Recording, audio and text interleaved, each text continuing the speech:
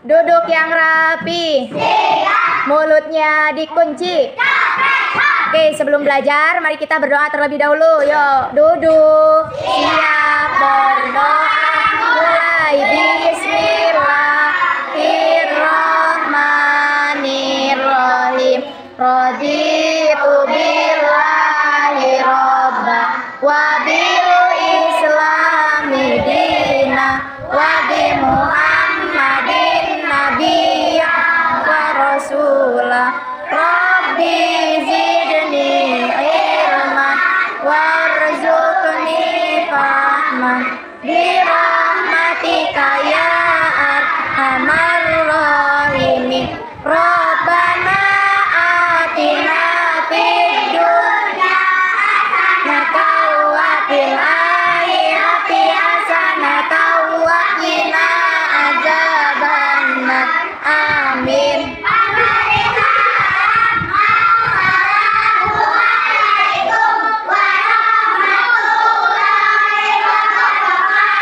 Waalaikumsalam warahmatullahi wabarakatuh. Assalamualaikum warahmatullahi wabarakatuh.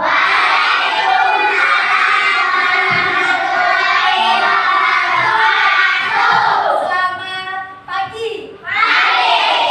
Apa kabarnya hari ini? Baik. Masih semangat? Kita cek semangatnya. Tepuk semangat.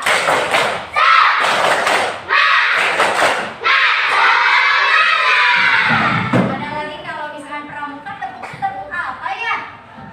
Tepuk siaga. Yo coba tepuk siaga.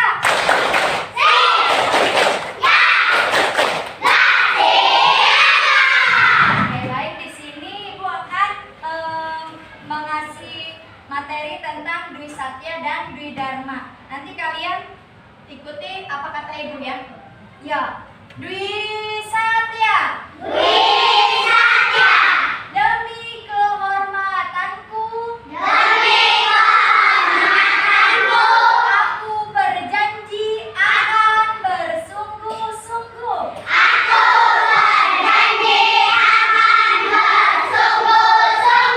menjalankan kewajiban terhadap Tuhan Yang Maha Esa.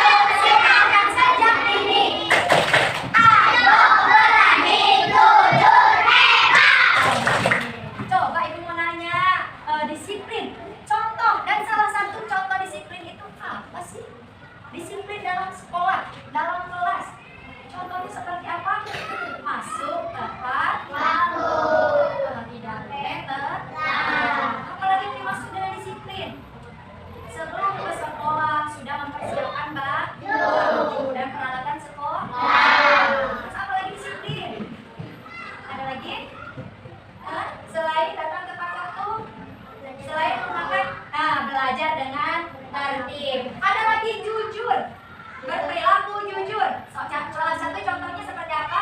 Tidak boleh mencontek di dalam kelas ketika ujian.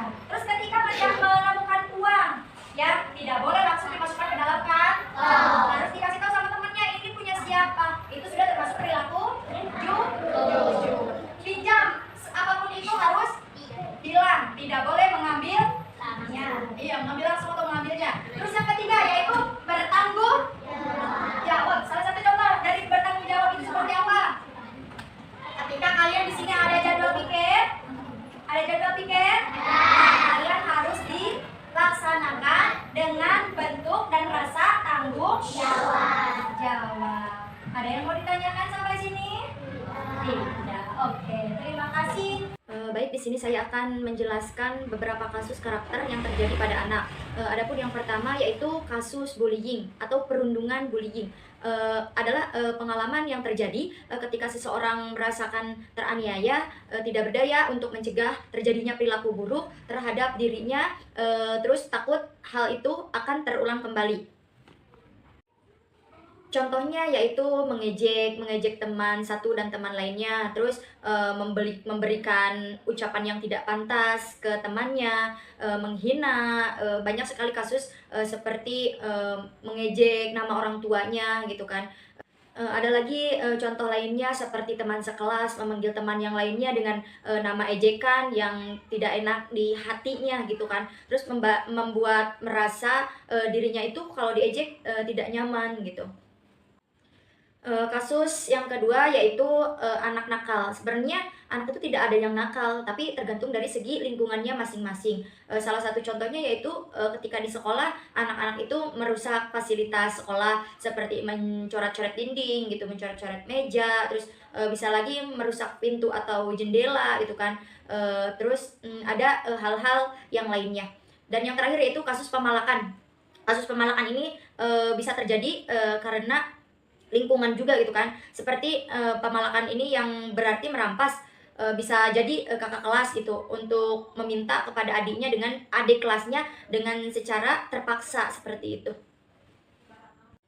Kenapa kasus ini terjadi? Mungkin karena dalam segi lingkungan gitu kan, melihat temannya seperti ini ngikut seperti ini gitu kan, temannya baik mengikut, alhamdulillah gitu kan, mengikut baik. Ketika temannya berbuat jelek malah diikutin jelek. Mungkin kalau menurut saya kasus seperti ini itu tergantung dari segi lingkungannya masing-masing. Ada pengertian individu yang sehat menurut 7 pakar. Mungkin yang pertama yaitu Fritz Perls, kepribadian sehat berfokus pada masa kini dan belum tentu masa lampau itu bisa terulang kembali. Terus ada yang kedua yaitu Golden Alford. Golden Alford ini orang sehat itu memiliki masa depan pastinya ya, dan tentunya seperti itu. Tidak melihat untuk ke belakang. Jadi kita itu lebih fokus ke depan. Terus yang ketiga yaitu dari Charlie Rogers. Rogers ini menyatakan bahwa orang sehat mampu mengatur dirinya sendiri dalam pertumbuhan tanpa terhalang oleh masa kanak-kanak. Gagasan dari Rogers yang memberi petunjuk khas demi kesehatan dalam psikologis yang menarik dan teruji secara empiris. Terus ada lagi dari Abraham Maslow, yaitu pandangan yang memiliki optimis tentang kodrat manusia bisa didorong oleh kebutuhan universal dari sejak lahir. Antara lain dari kebutuhan psikologis atau kebutuhan keberlangsungan hidup seperti makan gitu kan, minum dan udara, terus bisa juga tidur gitu. Terus yang kelima yaitu Viktor Frank. Viktor Frank ini menekankan pentingnya kemauan akan arti eksistensi kepada manusia. Dan yang keenam yaitu menurut Erich Fromm, mendeskripsikan kepribadian sehat sebagai kepribadian yang kekuatannya sosial, terus yang mengetahui masa kanak-kanaknya dan juga historisnya yang mempengaruhi perkembangan manusia. Dan yang terakhir yaitu menurut Sigmund Freud, berasumsi bahwa pola mental normal dan sehat bertujuan untuk mengurangi tegangan dari ke tingkat yang rendah, konstan, terus dan menyenangkan. Mungkin cukup sekian dari saya, kurang lebihnya mohon maaf. Wassalamualaikum warahmatullahi wabarakatuh.